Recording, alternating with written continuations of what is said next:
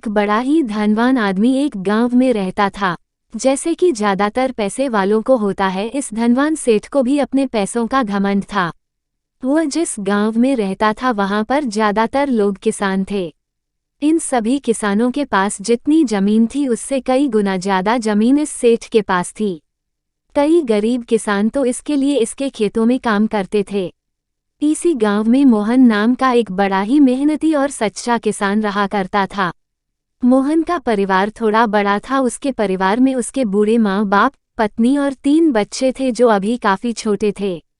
मोहन के पास ज्यादा जमीन नहीं थी, लेकिन जितनी भी थी उसमें वह बड़ी मेहनत करता और अपने परिवार का पेट पालने लायक अनाज उगा लेता था। बाकी के किसान भी ये देखकर हैरान रह जाते कि कोई कैसे इतनी सी जमीन में इतना ज्यादा फसल उगा सकता है।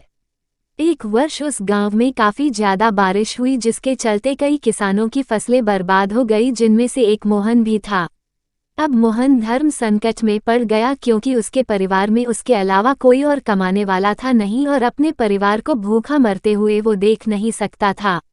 वह जानता था कि इस गांव में अगर कोई उसकी मदद कर सकता है तो वह वही घमंडी सेठ है, जिसने गांव के कई अन्य गरीब किसानों को या तो कर्जा दिया है या तो अपने यहाँ काम पर रखा हुआ है। हाथ पर हाथ धरे बैठे रहने के बजाय उसने इस सेठ के पास जाने का फैसला किया और एक दिन उनके पास पहुंच गया। सेठ के पास पहुंचकर मोहन बोला, सेठ जी आपकी बहुत मेहरबानी होगी अगर आप मुझे थोड़ा सा कर्जा दे जिससे मैं अपने खेतों में फिर से कोई फसल उगा सकूं, या फिर आप मुझे अपने यहाँ नौकरी दे ताकि मेरे परिवार को 2 वक्त का खाना मिल सके।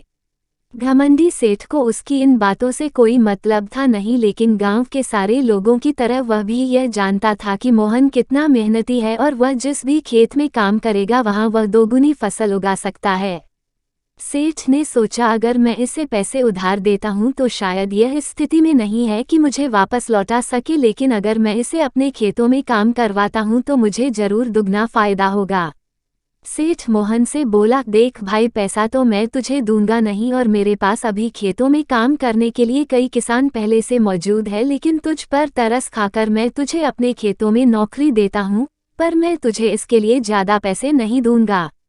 बाकी किसानों को मैं 300 देता हूँ, मैं तुझे 200 ही दे पाऊंगा।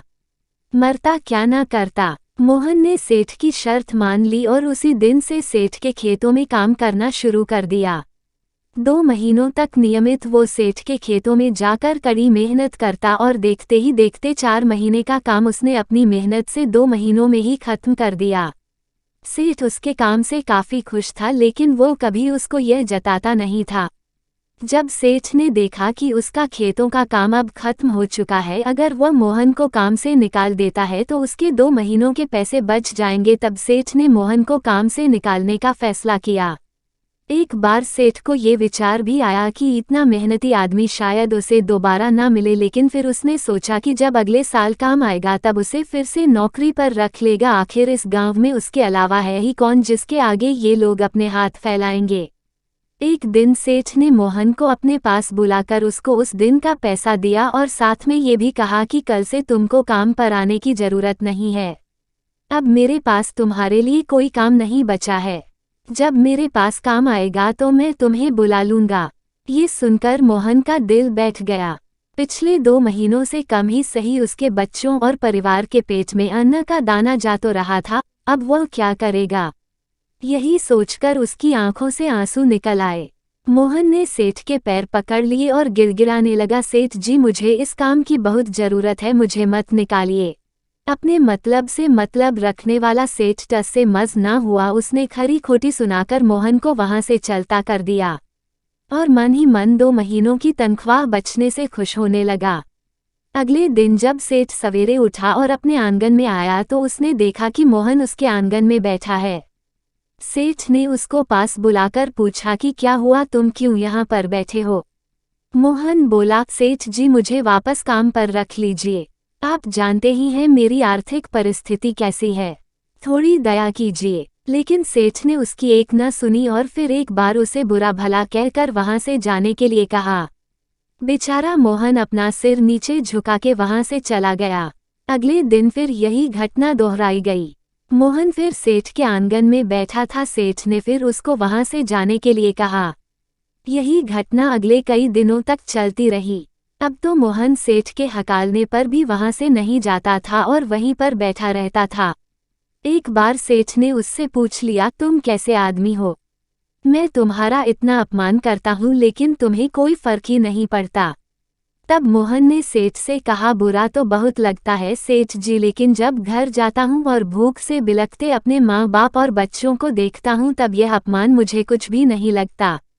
इतना सब कुछ होने के बाद भी सेठ का दिल जैसे पत्थर का बना हुआ था। उसने मोहन को अभी तक काम पर नहीं रखा और ना ही उसका ऐसा करने का कोई इरादा था।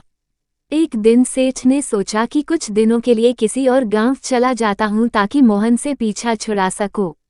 अगले दिन मोहन के आने से पहले ही सेठ अपने परिवार को लेकर अपने किसी संबंधी के यहाँ चला गया और वहां पर 10 दिनों तक रहने के बाद फिर अपने गांव, अपने घर वापस लौटा।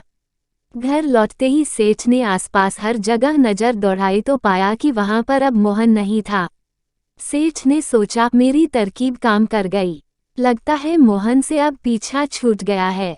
हालांकि अब सेठ के द्वार पर मोहन नहीं बैठा था, लेकिन मोहन का विचार अभी भी सेठ के मन में घर कर बैठा था। सेठ सोच रहा था, मोहन इतनी जल्दी हार मानने वाला आदमी तो नहीं दिखता है। उसके साथ क्या हुआ होगा? क्या उसे कहीं कोई और काम मिल गया होगा या फिर और कुछ? इन विचारों ने सेठ को बेचैन कर दिया और आखिरकार सेठ को मोहन की खबर लेने के लिए गांव में जाना पड़ा। सेठ को मोहन का पता नहीं मालूम था, इसलिए अड़ोस पड़ोस के अन्य किसानों से पूछने पर पता चला कि मोहन घायल हो चुका है और अपने घर पर आराम कर रहा है। सेठ ने जब उसके घायल होने का कारण लोगों से पूछा तो सेठ को पता चला कि जब सेठ अपना घर छोड़कर किसी और गांव में गया था तब बंद घर देखकर कुछ चोर उसके यहाँ चोरी करने आए थे, जिनको रोकने की कोशिश करते हुए हाथापाई में मोहन घायल हो गया था।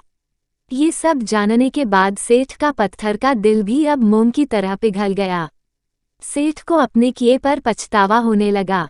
सेठ ने अपने आप को याद दिलाया कि कैसे उसने एक शरीफ और सच्चे आदमी को ज्यादा काम करवा कर भी उसको पूरा पैसा नहीं दिया और जिसको गले से लगाना चाहिए था उसे ठोकर मारकर भगाता रहा।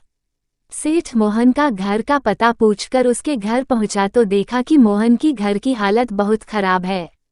उसका परिवार भूख से बेहाल है और वो खुद अपने हाथ पैर पर चोट के साथ एक खाट में पड़ा हुआ है। ये दृश्य देखकर सेठ की आंखों से आंसू बह निकले। सेठ ने मोहन के पास जाकर उससे सच्चे दिल से माफी मांगी। उसको उसकी मेहनत के पैसे दिए, उसका इलाज करवाया और उसको हमेशा के लिए अपने यहाँ काम पर रख लिया। आपको ये कहानी अच्छी लगी हो तो लाइक करें, शेयर करें और सब्सक्राइब करें। धन्यवाद।